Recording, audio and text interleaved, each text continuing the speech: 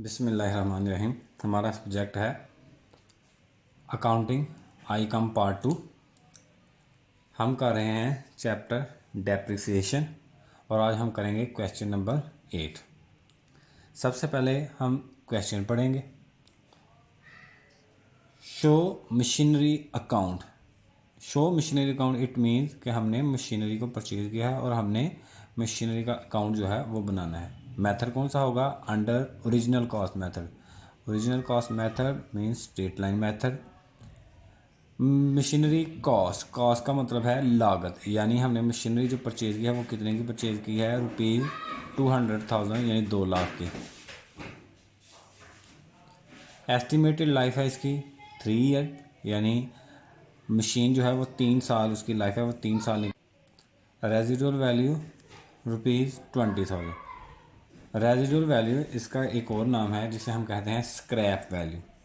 Scrap value mean कि जितनी asset की लाइफ है वो लाइफ ख़त्म होने के बाद कितने का ये जो एसेट है यानी मशीनरी है वो कितने की सेल होगी, और यहाँ पर वो कितने की सेल हो जाएगी 3 साल के बाद? 20,000 की। अब अगर यहाँ पर आप देखें तो यहाँ पर हमें जो रेट ऑफ डेप्रिसिएशन है वो नहीं दिया गया, तो अगर ना दिया गया हो तो ये कोई प्रॉब्लम नहीं। अगर मेथड हो ओरिजिनल कॉस्ट मेथड या स्ट्रेट लाइन मेथड तो हम क्या करते हैं, इसे एक फार्मूले के ज़रिए जो है ना वो सॉल्व करते हैं। अब मैं पहले आपको यहाँ पर फार्मूला बताऊँगा कि वो फार्मूला कौन सा है और उससे कैसे सॉल्व करना है। जैसे कि यह मैंने जो है वो लेजर बना लिया, लाइनें लगा ली। अब यहाँ पर इसकी करेंगे वर्किंग, और वर्किंग कैसे कि डेप्रिसिएशन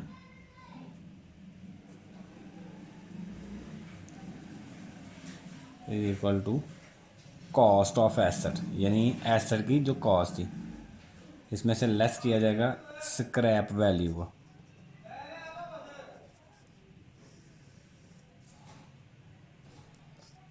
और इसे जो डिवाइड किया जाएगा वो किया जाएगा इसकी लाइफ से, एस्टिमेटेड लाइफ।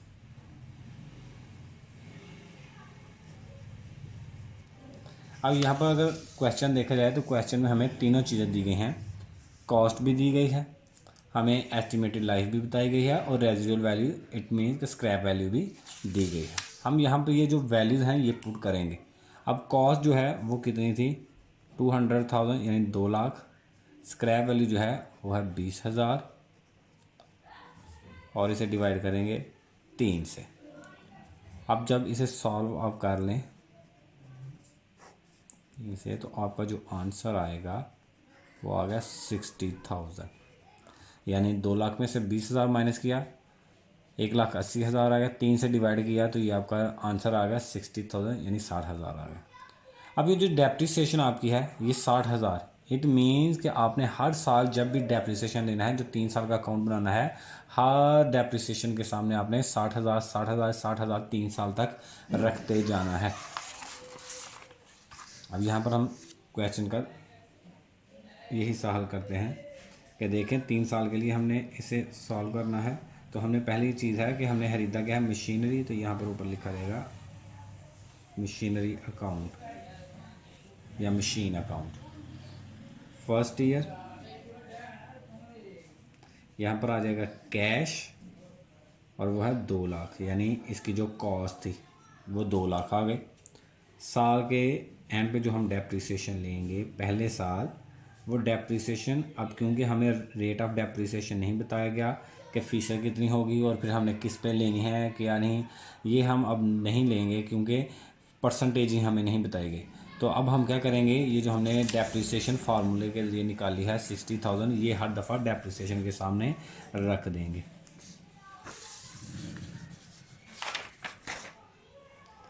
अब दोनों साइड में से कौन सी रकम बड़ी है वो ले लेंगे नीचे। यहाँ पर 2 लाख है, इधर भी 2 लाख आ गया। 2 लाख में से 60,000 माइनस करें तो 1,40,000 आपका आ जाएगा। ये आपका आ जाएगा बैलेंस कैरिड ऑन। अब इसी तरह आपने ये पहला साल आपका मुकम्मल हो गया, इसी तरह इस बैलेंस को आगे लेकर जाएंगे यानी सेकेंड ईयर में। तो यहाँ पर आ जाएगा आपका बैलेंस ब्रॉड ऑफ, यानी पीछे से जो बैलेंस लाया है 1,40,000।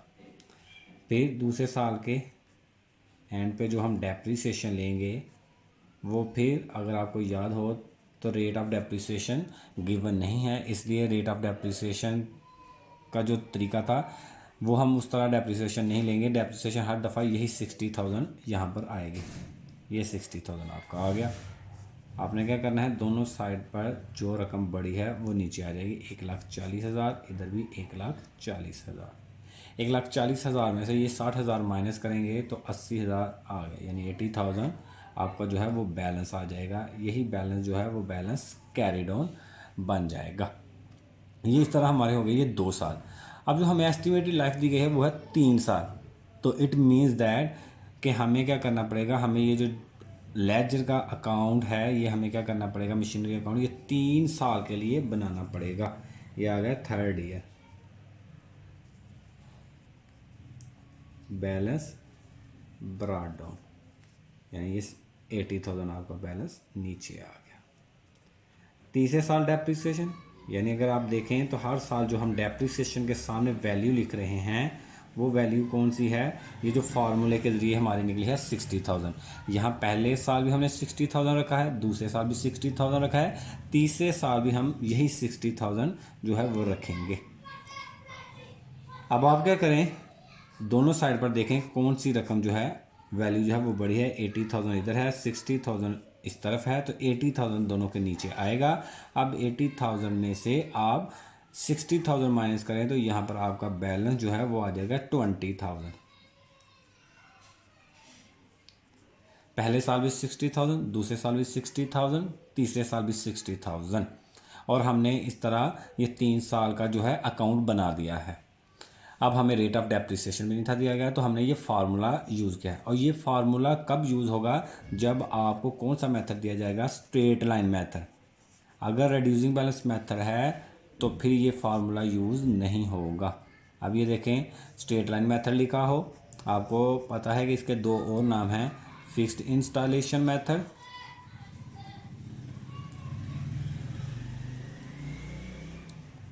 और ओरिजिनल कॉस्ट मेथड।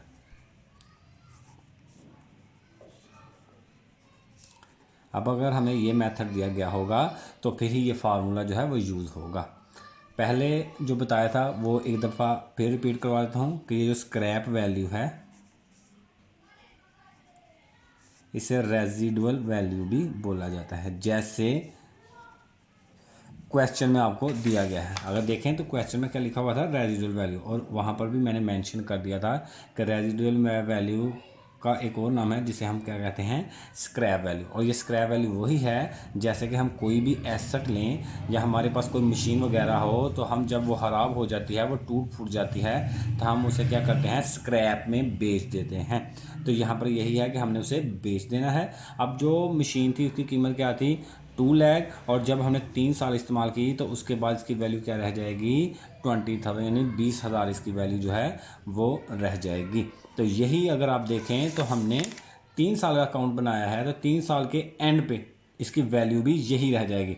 अगर आपने ये क्वेश्चन पेपर में आपको आ जाए तो आप इजीली ये देख सकते हैं कि आपका आंसर क्या आएगा, जो भी स्क्रैप वैल्यू आपको दी गई होगी, अगर आप उतने साल का अकाउंट बनाएंगे जितने साल के उसने एस्टिमेटेड लाइफ बताई है। जैसे कि इस क्वेश्चन में जो एस्टिमेटेड लाइफ बताई गई थी वो कितनी थी, 3 साल। हमने 3 साल का जो है वो अकाउंट बना दिया, पहला साल, दूसरा साल और ये तीसरा साल।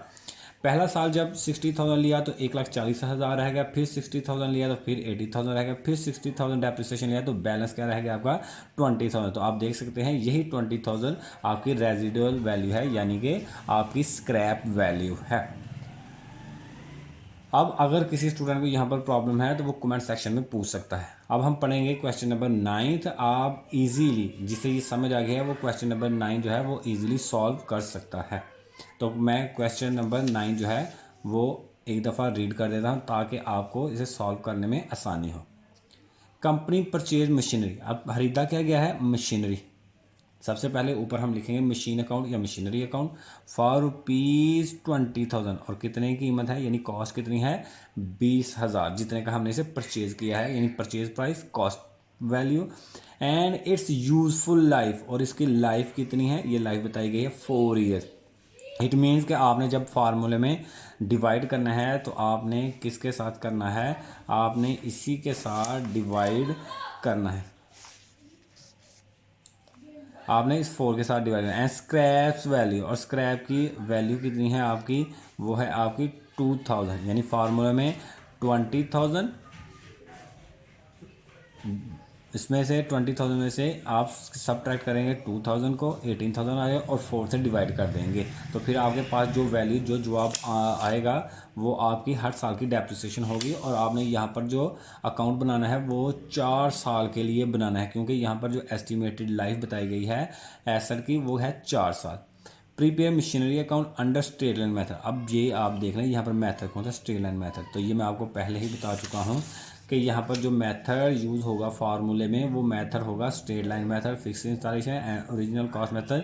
आपको पहले बता चुका हूँ कि ये मेथड जो है ये सेम है, सिर्फ ये इसके डिफरेंट नेम्स हैं जो मुख्तलिफ क्वेश्चन में यूज़ हो सकते हैं, जो एग्जामिनर आपको मुख्तलिफ नाम से सवाल में पूछ सकता है। तो ये आपकी क्या थी, स्क्रैप वैल्यू, और इसे रेजिडुअल वैल्यू भी बोला जाता है। इसके अलावा एक और चीज़ है वो है एस्टिमेटेड लाइफ,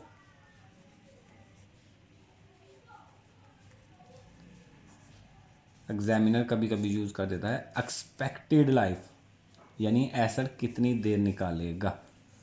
तो ये चीज़ें हैं जो इस क्वेश्चन में आपको जहन नशीन करनी पड़ेंगी। आप अगर मेमोराइज कर लें तो इजीली ये क्वेश्चन जो है वो सॉल्व हो जाएगा। अब आपने करना है क्वेश्चन नंबर 9। किसी भी स्टूडेंट को अगर क्वेश्चन नंबर 8 या 9 में कोई प्रॉब्लम हो तो वो कमेंट सेक्शन में लिख सकता है, उसे वहाँ पर उसका आंसर उसके बाद दे दिया जाएगा। लेकिन इसके लिए आपको सबसे पहले क्या करना पड़ेगा, हमारा चैनल सब्सक्राइब करना पड़ेगा और बेल आइकन पर क्लिक करना पड़ेगा, ताकि हर आने वाली नई वीडियो का आपको पता चल सके। थैंक यू, अल्लाह हाफिज़।